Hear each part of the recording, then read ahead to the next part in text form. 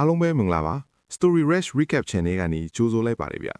ဒီနေ့မှာတော့ပရိသတ်ကြီးကိုထူးထူးဆန်းဆန်းကြိုတိုင်းခဲတံတစ်ချောင်းကြောင့်ဘဝတစ်ခုလုံးပြောင်းလဲသွားတဲ့ပကြီးဆရာတယောက်အကြောင်းတင်ဆက်ပေးသွားမှာဖြစ်ပါတယ်ဇလန်လီကဟာသလေးနဲ့နှောတယ်လို့စိတ်ဝင်စားဖို့လဲကောင်းတာမို့အဆုံးထိကြည့်ရှုပေးဖို့ဖိတ်ခေါ်ပါတယ်ဗျဇလန်အစကန်ဆိုးမိုးမောင်ကြနေတဲ့ပကြီးဆရာဇလန်ရဲ့အစမှာကွမ်းဆိုနဲ့လမ်းဘေးပကြီးဆရာလေးတယောက်ကိုတွေ့ရမှာပါသူကအယမ်းတော်တဲ့ပါရမီရှိပေမယ့်ကန်ကတော့လုံးဝမကောင်းရှာပါဘူးသူအေးအေးဆေးဆေးပကြီးဆွဲနေတော့မှလိုင်းဆိုတဲ့နာမည်ကြီးပကြီးဆရာတယောက်ရောက်လာပြီးကွမ်းရဲ့ပကြီးကားတစ်ချိုက်ကိုဝမ်တစ်ထောင်နဲ့ရောင်းရတယ်ဆိုပြီးပတ်စံလာပေးပါတယ်အရန်သဘောကောင်းတာပဲလို့ထင်စရာရှိပေမယ့်တကယ်တော့လိုင်းကအရန်ကောက်ချစ်ပါတယ်ကွမ်းကို900ပဲပေးပြီးကျန်တဲ့900ကိုတော့သူ့ဘာသာသိမ်းထားလိုက်တာပါ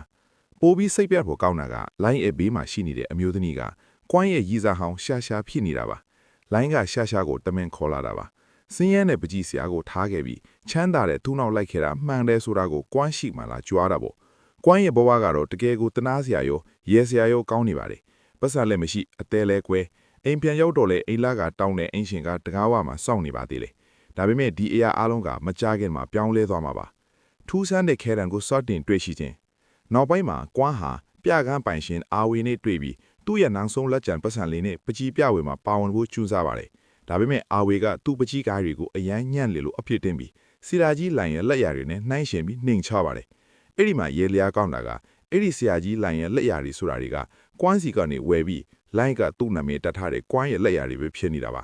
ကွမ်းရဲ့အမှုပညာကိုတကယ်တန်ဖိုးထားတာကဇဘစ်ညက်ဆိုင်ကအလုတ်သမားလေးရှောင်းရင်းတယောက်ပဲရှိပါတယ်သူမကအယမ်းလှပေမဲ့ထူးခြားတာကမျက်မမြင်တယောက်ဖြစ်နေတာပါ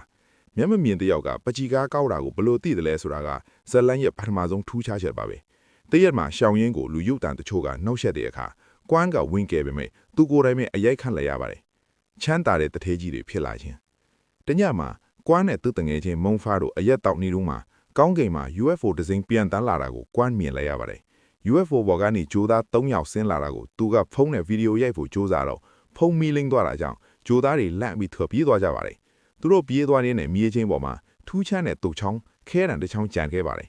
နောက်နေ့မနေ့မှာကွမ်းကအဲ့ဒီခဲတံနဲ့ကြောက်ခဲပုံဆွဲလိုက်တဲ့အခါတကယ်ကြောက်ခဲဖြစ်လာပါတယ်ပန်းသီးဆွဲတော့လေတကယ်စားလို့ရတဲ့ပန်းသီးဖြစ်လာပါတယ်ဒီခဲတံနဲ့ဆွဲသမျှအရာအလုံးလက်တွေ့ဖြစ်လာတဲ့ဆိုတာကိုသူတို့သိသွားကြပါတယ်အဲ့ဒီနောက်မှာတော့သူတို့ဟာရွှေတုံးတွေပုတ်ဆန်အထည်လိုက်တွေကိုဆွဲပြီးချက်ချင်းပဲတတိကြီးတွေဖြစ်သွားကြပါတယ်သူတို့မှာအိမ်ဘော်တွေရှေးရင်ကားတွေနဲ့အရန်ချမ်းသာလာပြီးအိမ်နီးချင်းတို့ရဲ့အိမ်လက်ကကိုတောင်နှစ်ပေါင်း100စာကျိုးပေးလိုက်ပါသေးတယ်ကန်ဒစီမစ်ကွမ်းကမျက်မမြင်ရှောင်ရင်ကိုလက်ထပ်ဖို့ခွင့်တောင်းပေမဲ့သူမကငင်းရပါတယ်သူမကမျက်စိကိုပြန်မြင်ချင်တာပါဒါနဲ့ကွမ်းကခဲတံနဲ့မျက်လုံးပုံဆွဲပေးတော့မျက်လုံးတွေကမုံဖားရဲ့ပခုံးပေါ်မှာ